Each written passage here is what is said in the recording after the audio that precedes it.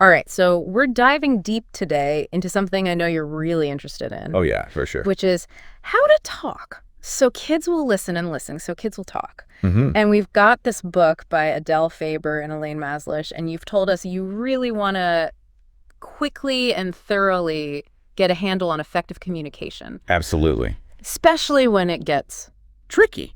Especially when it's tricky. With those challenging conversations. Yeah. So that's what we're tackling in this deep dive. Yeah, it seems like all the stuff that you sent over that we're using for this is really, like, very practically focused. It is, yeah.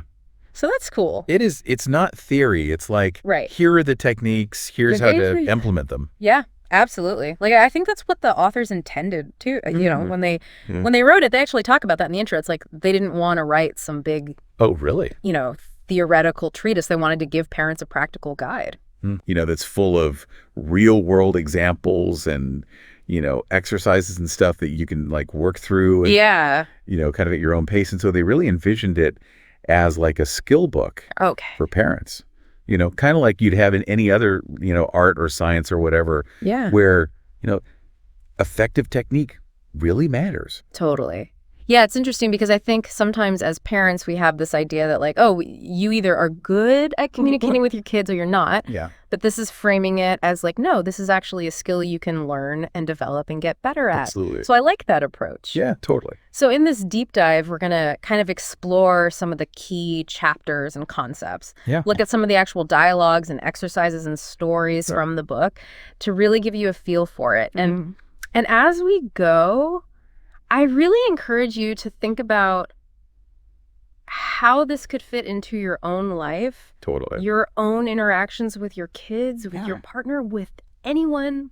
Right. Really. Because I think it applies really broadly. Yeah, for sure. Okay, so we'll start with chapter 1. Period. Sounds good. Helping children deal with their feelings. All right. I think this is something that's like so foundational because as parents, we often, even with the best of intentions, kind of deny or dismiss our children's feelings. Yeah. And I think it's these like autopilot things that we say where we're like, oh, you don't really feel that way or you're just tired, that's all. Or like, there's no reason to be so upset. Like, stop crying. Yeah, stop crying. It's so common, you know, as parents, I think, to just fall into those patterns. Yeah, and the authors actually talk about that in the book. They say like, you know, these kinds of responses can be very confusing for kids and even enraging for them because they're like, I do feel this way. Yeah. Why are you telling me I don't? Why are you telling me I don't? It's so invalidating to have your feelings just dismissed like that. And then they also talk about how it teaches kids not to trust their own inner experience. Exactly. Right. It's like you're telling them like what you're experiencing inside isn't real. Yeah. And like, how damaging is that? Totally. And one of the authors actually talks about how she thought she was really good at acknowledging her kids' feelings, but then she started really listening to herself. And she realized like, oh my gosh, I'm doing this all the time. Like she really had to kind of catch herself and check herself. I think we all do. Yeah. You know, it's like these are such ingrained patterns that it takes a lot of awareness to even recognize that you're doing it sometimes. So one of the first exercises in the book is this idea of, you know, think about some of the common things your kids say that might lead to you denying their feelings. Yeah. Like, for example, they say something like, I don't like the new baby. What's your first reaction? Oh, man. Right. That's true. Right. That's tough. And so I think it's like really valuable to just pause and be like, okay, what is my like knee-jerk reaction in those moments? Because that's where we can start to see those patterns. Exactly. And then they have this really interesting analogy in the book, which is about the workplace. Oh, I like that. Yeah. So they ask you to imagine like, you're at work and you haven't finished a task. Okay. And your boss is like really angry and dismissive and says like, you obviously haven't been working hard enough. Right. And it's like, how does that feel? Yeah, no one wants to feel that way. Right. And it's like, that's how our kids can feel when we dismiss their feelings. When we just invalidate their experience? Yeah. It's awful. So they actually break down these 8 common ways that people respond when someone's expressing negative feelings that are unhelpful. Okay, I'm ready. Let's hit them. Okay, so the first one is denial of feelings. Right. Which we've talked about already, just minimizing or invalidating. Yeah, okay.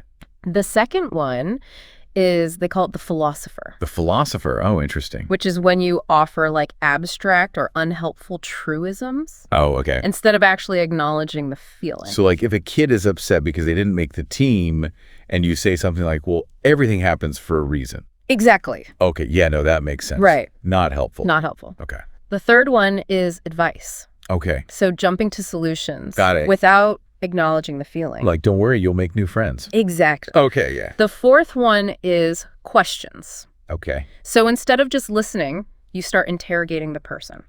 So like, why are you feeling that way? Yeah, like, why are you upset? Yes. What happened? What's going on? Okay, yeah, that makes sense. And it's like they just want to be heard. They don't want to be cross-examined. They don't want to be put on the spot. Yeah, the fifth one is defense of the other person. Oh. So if your child's like, my friend was mean to me, you're like, oh, I'm sure they didn't mean it that way. Oh, I'm sure they were just having a bad day. Exactly. Yeah. That can make the child feel like their feelings aren't valid. Totally makes sense. The sixth one is minimizing the situation. Okay. So saying things like, oh, it's not a big deal. Oh, you're fine. You're fine. Yeah. It'll be okay. It'll be okay. And even if it seems small to us, it might be huge to them. Right. The seventh one is what they call hit and run empathy. Hit and run empathy. Okay. So you like briefly acknowledge the feeling, but then you immediately try to fix it. Oh, so you're like, oh, that's sad, but like, let's go get ice cream. Exactly. Yeah. Yeah. Or you're like, oh, that's too bad. Let's go watch a movie. Like you're not really sitting with the feeling. You're just trying to distract them from it. Right. Okay. Got it. And then the eighth one is psychoanalysis. Psychoanalysis. Okay. So you're like, oh, I bet you're feeling that way because of this. Oh. You know, and you're like armchair psychologist. Right. Which no one wants. No one wants that. Especially not from their parents. Right. Yeah. Okay. So those are the 8 common ways. Okay. And the book really emphasizes that when someone feels truly listened to and their inner pain is acknowledged, they actually become less confused. Oh, that's interesting. And more able to cope. So it's like by really hearing them, we're actually helping them. To process those big feelings. Exactly. Interesting. Yeah, so they offer 4 ways that we can acknowledge feelings. Okay, I like this. Instead of denying them. So the first one is simply listening attentively and silently. Oh, yeah. Sometimes that's all it takes. Sometimes that's all it takes. Just to really be present and give them your full attention. Wow. It's so hard to do, though. It is. It's hard. In our busy world. Totally. But they emphasize that it's really powerful. Okay. The second one is acknowledge with a word. Yeah. So you can say something like, oh, or aisu. Just something that shows you're listening. Yeah. Without interrupting. Without offering solutions. All right. Got it. The third one is giving the feeling a name. Oh, okay. So you might say something like, that sounds really frustrating. Right. Or you seem really disappointed. Yeah. And by naming the feeling, you're helping the child understand what they're experiencing. Okay, so they're learning to identify their own emotions. Exactly. Got it. And then the fourth one is what they call granting wishes in fantasy. Granting wishes in fantasy. Okay. So this is acknowledging and validating their desire, but you don't necessarily have to fulfill it in reality. Okay. So for example, if your child is upset that it's raining and they can't go outside, right, you might say, oh, you wish the sun was shining right now. Yeah. So you could go to the park. Yeah. And it's like you're not saying like, oh, I'll make the sun come out. Right. You're not arguing with them about the weather. Right. You're just acknowledging that desire. That makes sense. Yeah. And it's important to remember that accepting and acknowledging feelings doesn't mean you have to accept all behavior. Right. So you can say something like, yeah, I can see how angry you are at your brother. Right. But it's not okay to hit. It's not okay to hit. You can tell him what you want with words. Use your words. Instead of your fists. Right. So you're validating the feeling. Yeah. But you're setting a limit on the behavior. That makes sense. And they have a whole section in the book about common questions parents have about this. Oh, okay, cool. Like, is it always important to empathize? Right. And they say, like, no, not necessarily. Like, okay, you know, if you're just having a casual conversation, you don't have to, like, go deep into empathy. You don't have to do a therapy session. Exactly. It's more when the child is really wanting you to understand how they're feeling. Yeah. Especially if it's negative feelings. Yeah. That's when it's really important. And they also talk about how sometimes parents will say, like, oh, I understand how you feel. Right. But kids often don't believe that. Yeah. Because they're like, you don't understand. They feel like their experience is unique. Right. And no one could possibly understand. So they suggest being more specific. So instead of saying, I understand how you feel, you might say, yeah, starting a new school can be really scary. Right. With so many new things to learn. Yeah, okay, so you're validating the specific situation. Exactly. Got it. And then they talk about how to respond to those like really tough things that kids say. Oh, like when they say, I hate you. Yeah, like you're mean or I hate you. Oh, yeah. That's rough. It is rough. But they say, like, first acknowledge your own reaction. You can say something like, ouch, that hurts my feelings. Right. And then try to guide the child towards a more constructive way to express themselves. Instead of saying, I hate you, you could say, I'm really angry at you because you did this. Exactly. Okay. And then they have this really interesting story about a child named Joshua who has, like, really low frustration tolerance. Yeah. And he was having a tantrum. And instead of trying to reason with him, which often doesn't work, his parent handed him a pencil and paper and said, show me how angry you are. Oh, that's a good idea. Draw me a picture of what's going on inside. That's cool. And he started like scribbling really intensely. Yeah. And as he was expressing his anger through drawing, he actually calmed down. Oh, wow. So it was like an outlet. It was an outlet for him to get those feelings out. That's really cool. Yeah, and they talk about how it's often better to not jump in with solutions because by giving kids advice, we're robbing them of the opportunity to learn how to solve their own problem. They figure things out on their own. Exactly. Yeah. And then they also talk about, like, what if you realize you've messed up, you've given one of those unhelpful responses. Right, because we all do. We all do. Like sometimes you're just not on your game. Totally. And they say it's important to just acknowledge it and try to circle back with the child. So you could say something like, you know what, I don't think I really heard you earlier. Exactly. Can you tell me again? Yeah, can you tell me again what was bothering you? Right. And it's like modeling that we all make mistakes and we can repair. And that it's okay to not get it right all the time. Exactly. Yeah, that's a good model for kids. And they also say, like, don't just parrot back the child's words. Okay. Because that can feel irritating. So you're not just like, oh, you're feeling sad. Right. Because they just said that. Yeah. Okay. And then they talk about how sometimes the most supportive thing you can do is just to be present. Like physically present without saying anything. Right. Sometimes kids don't want to talk. Yeah. They just want you to be there. Exactly.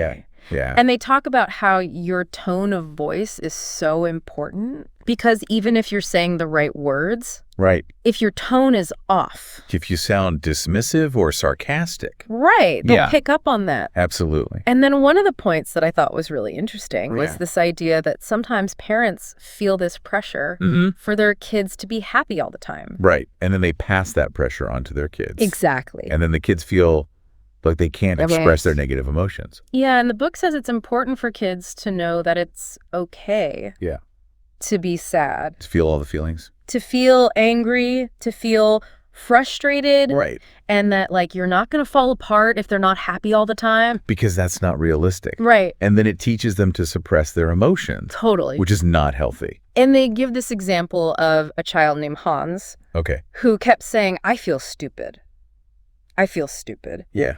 And instead of saying, like, no, you're not stupid, you're smart, his parent just said those are rough feelings to have. Oh, wow. And it was like this acknowledgement of like, yeah, it's okay to feel stupid. It's okay to feel that way. It's okay. Yeah. And then the book talks more about this idea of granting wishes in fantasy. Right. And they give this cute example of a child named David who wants a new telescope. And instead of the dad getting into like a logical argument about it, she just said, wow, you wish you had a telescope like the one at Mount Palomar, huh? Oh, that's fun. Yeah. So he's like acknowledging the desire. Right. Without having to like buy him a new telescope. Without having to fulfill the wish, literally. Right. Yeah. And then there's another story about a little boy named Jason who's at a museum. And he wants a model dinosaur. Okay. And his parents have already said no. Right. And the dad's like, stop complaining. Okay. And the author who's there is like, uh-oh. Oh, this is not good. Yeah. And so she steps in and she says, you really wish we had a dinosaur that could walk and roar right here in the museum, don't you? Oh, that's so good. And like this imaginative way to engage with his desire. Right. And then he calmed down. Oh, wow. That's cool. And then the last story in this chapter is about a little girl named Susie who's in the hospital. Oh. And she's clearly in a lot of pain and scared. Oh. And the author is just acknowledging that saying things like that hurts, doesn't. I know this must be uncomfortable. Yeah. But it's going to help you feel better.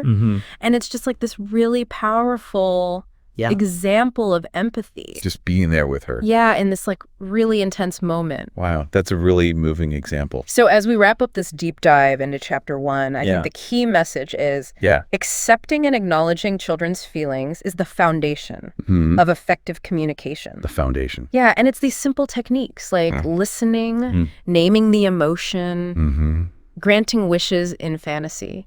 Right? That can really make such a difference. Absolutely. And how children feel understood and how they learn to manage their own emotions. It's like we're giving them the tools to understand themselves. Totally. And if we connect this back to like what you're hoping to get from this deep dive, which is like gaining knowledge about communication quickly and thoroughly, I think this chapter really gives you those tools. Yeah. And so here's a final thought to chew on. Okay.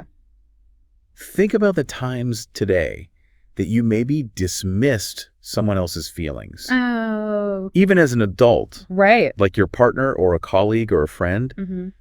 And how much just acknowledging those feelings have shifted that interaction. Yeah, because it's not just about kids. Right. It's about all of our relationships. Exactly. Empathy. It's such an important skill. It's the foundation for good communication. Awesome. Awesome. I'm excited for the next chapter. Me too. We'll see you next time. See you later. Hey everyone. If you enjoyed this video, don't forget to give it a thumbs up. And if you haven't already, hit that subscribe button and turn on the notification bell so you never miss an update. Your support means the world to me and helps the channel grow. Thanks for watching, and I'll see you in the next one.